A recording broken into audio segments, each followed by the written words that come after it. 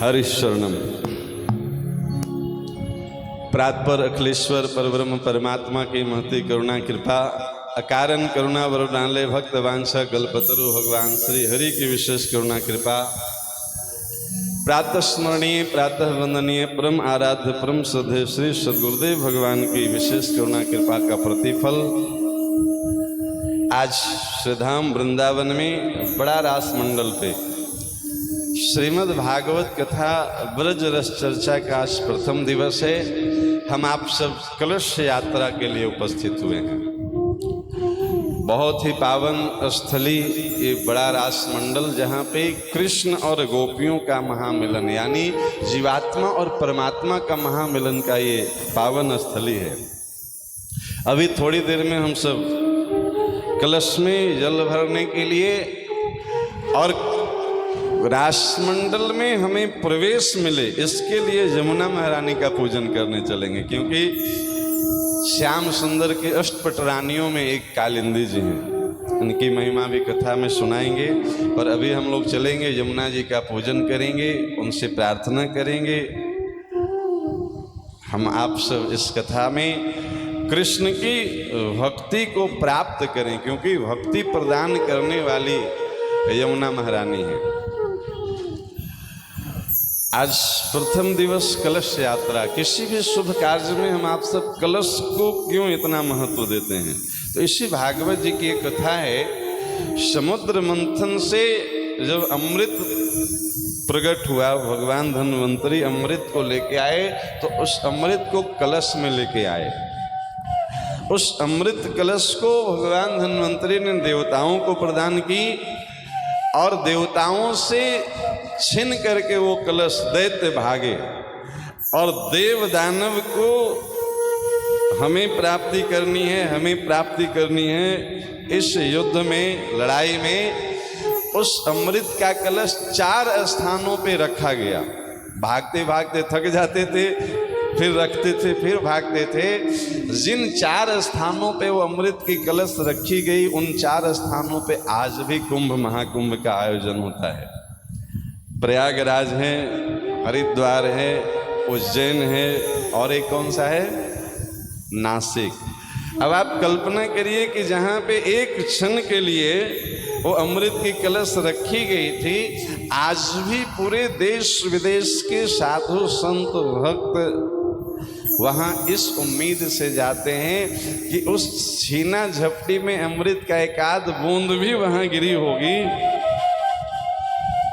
तो उस पावन स्थली पे जो अमृत का बूंद गिरी है, उस अमृत का बूंद को छू के जो वहाँ तीर्थ का जल प्रवाहमान हो रहा है, उस जल में एक गोता लगा लें तो हम पावन हो जाएं। इसी भाव से जाते हैं।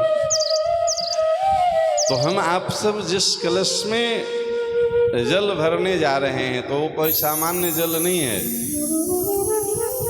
जो जल प्रयाग जी में जमुना जी का है, वही यहाँ है ना। जमुना जी तो वही है, जमुनोत्री से चली हैं।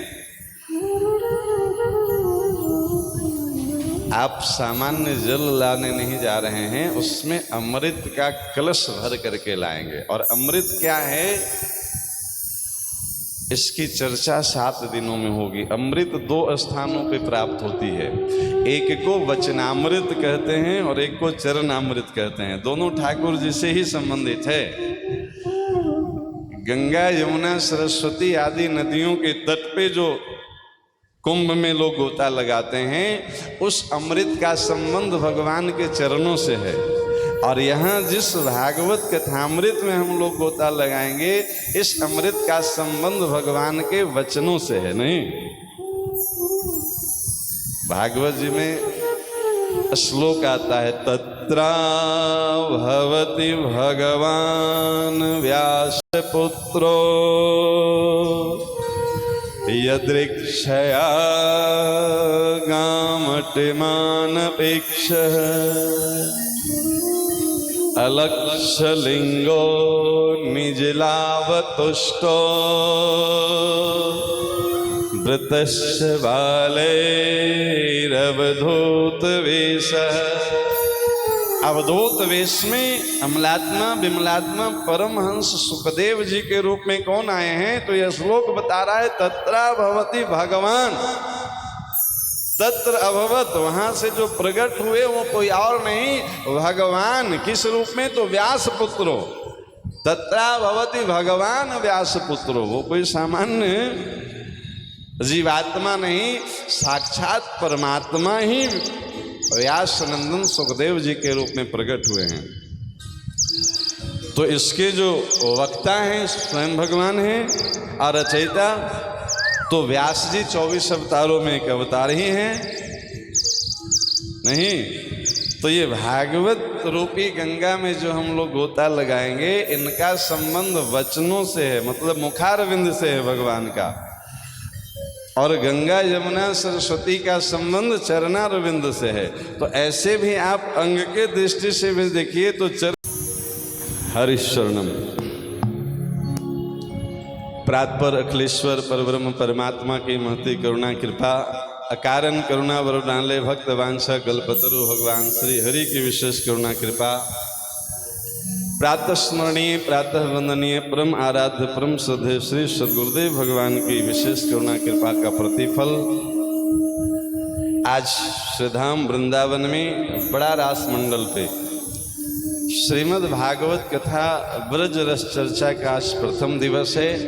हम आप सब कलश यात्रा के लिए उपस्थित हुए हैं। बहुत ही पावन स्थली ये बड़ा रास मंडल, जहाँ पे कृष्ण और गोपियों का महामिलन यानी जीवात्मा और परमात्मा का महामिलन का ये पावन स्थली है।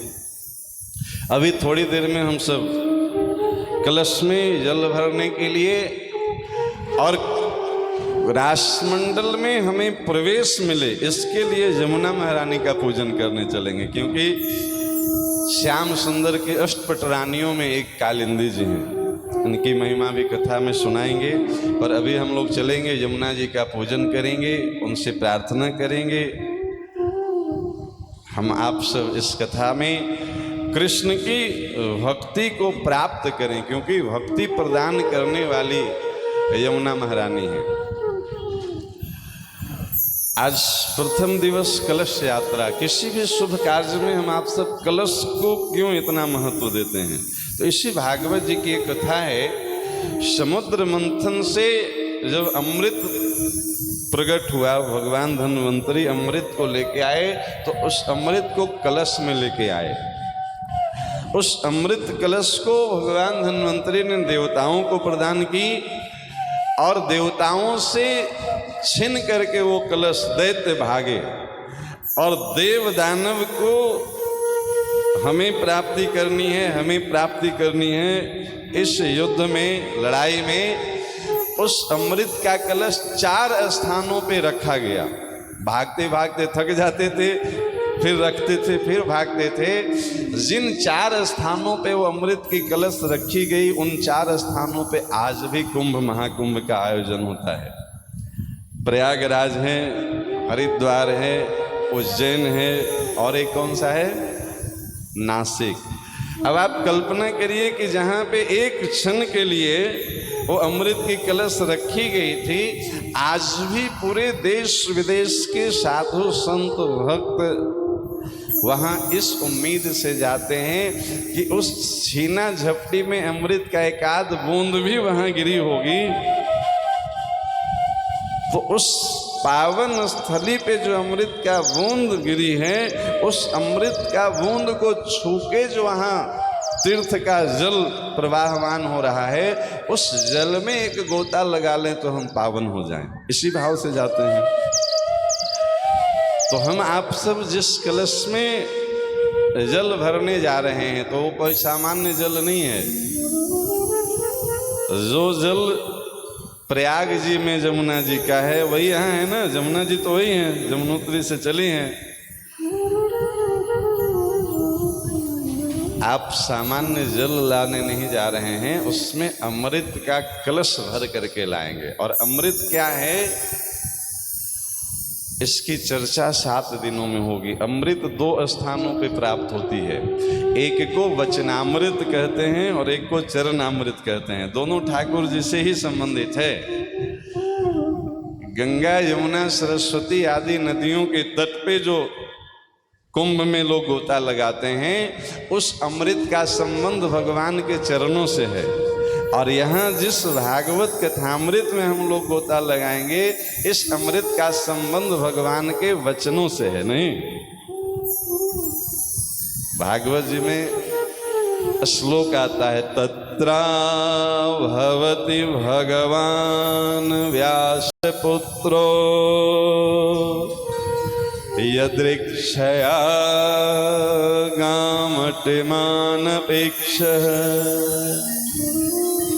अलक्षलिंगो निजलावतुष्टो वृतस्य बालैरवधूत वेश। अवधूत वेश में अमलात्मा विमलात्मा परमहंस सुखदेव जी के रूप में कौन आए हैं? तो यह श्लोक बता रहा है, तत्रा भवति भगवान। तत्र अभवत, वहां से जो प्रकट हुए वो कोई और नहीं, भगवान। किस रूप में? तो व्यास पुत्रो।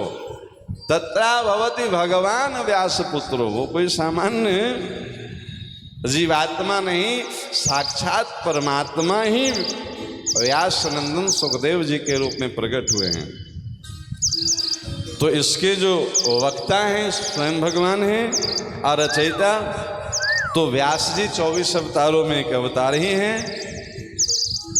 नहीं तो ये भागवत रूपी गंगा में जो हम लोग गोता लगाएंगे, इनका संबंध वचनों से है, मतलब मुखारविंद से है भगवान का। और गंगा यमुना सरस्वती का संबंध चरणारविंद से है। तो ऐसे भी आप अंग के दृष्टि से भी देखिए तो